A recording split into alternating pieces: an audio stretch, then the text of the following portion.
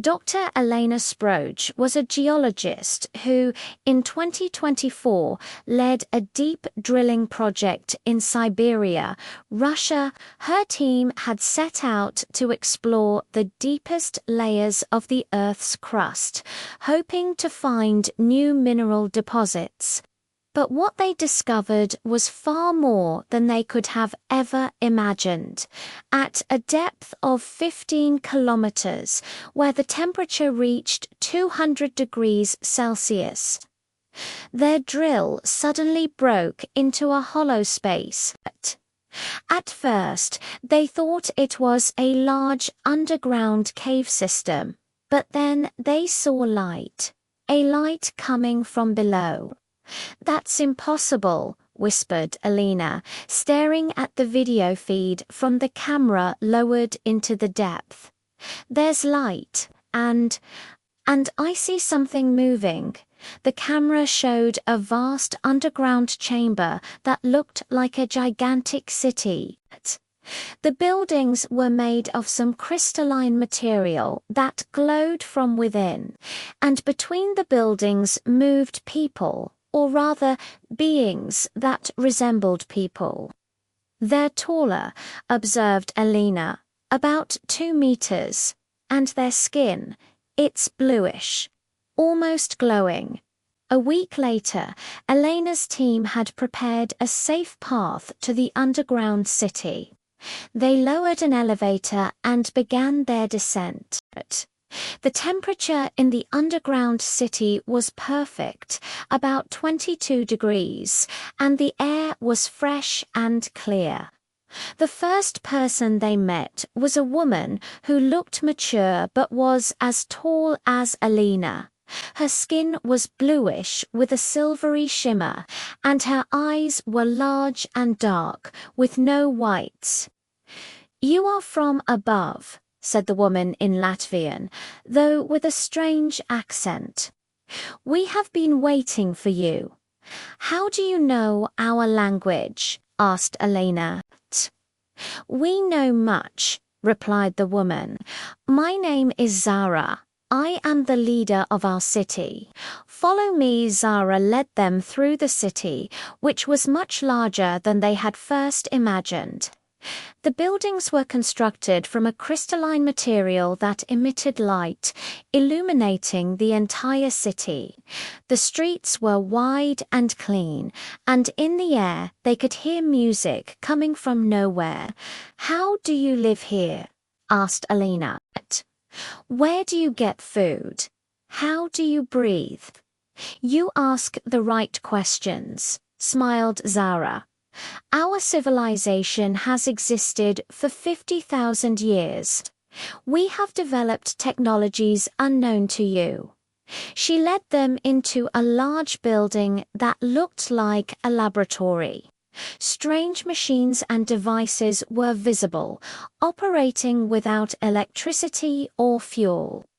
"Our source of energy is a crystalline material we call the Stone of Life," explained Zara. "It absorbs heat from the Earth's core and converts it into energy. Our food is grown in special chambers where plants grow without sunlight, and our breathing is different.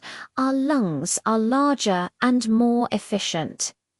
But then Elena saw something even more astonishing. One of the underground dwellers touched a crystal, and the crystal began to change color from blue to green. "How does that work?" asked Elena. "Our bodies have evolved to interact directly with the crystals," replied Zara.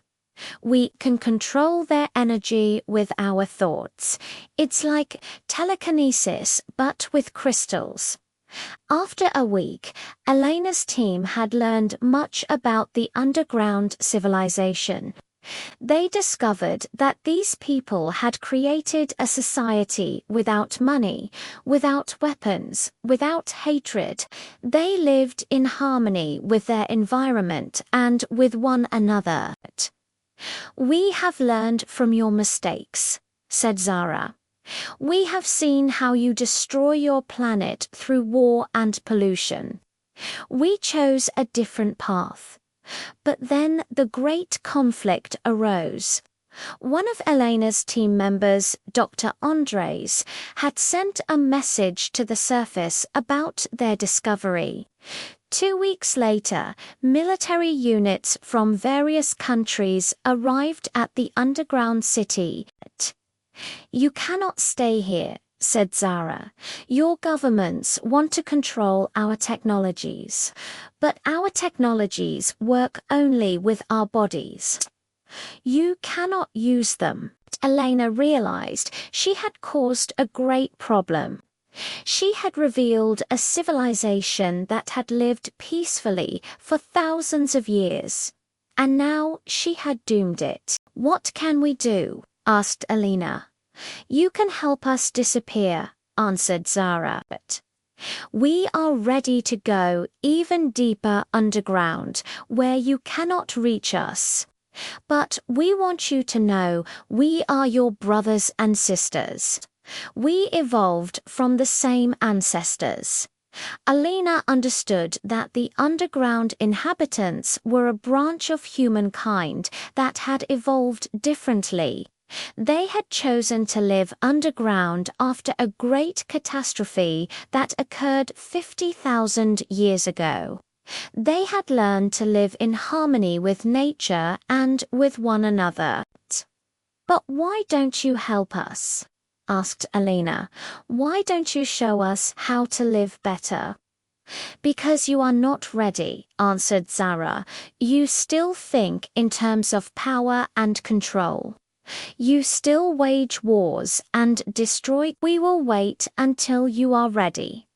A month later, the military units left the underground city empty. All the inhabitants had gone, leaving behind only vacant buildings and crystals that no longer glowed. Alina returned to the surface filled with deep sadness.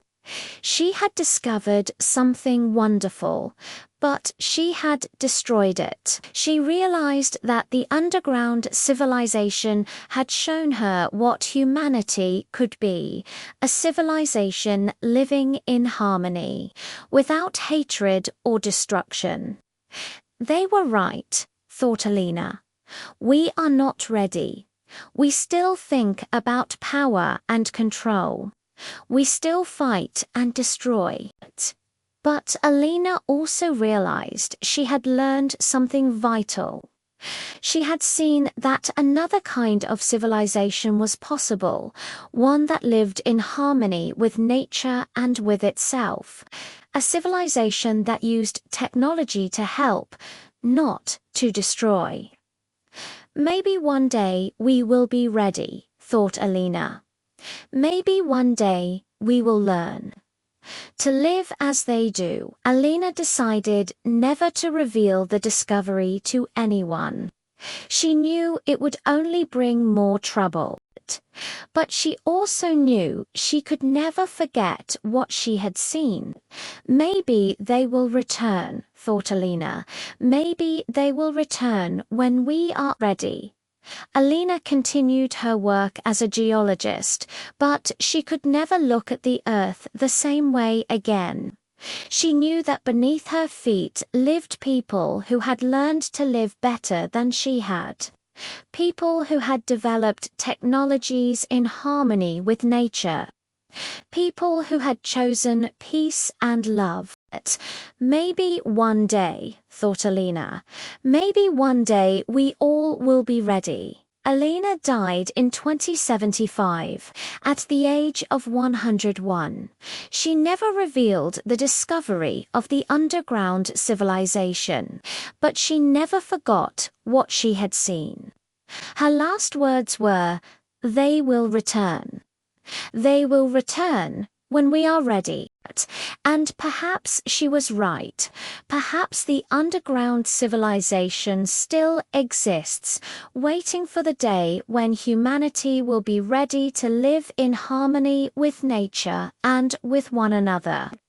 Waiting for the day when humanity will be ready to choose peace and love.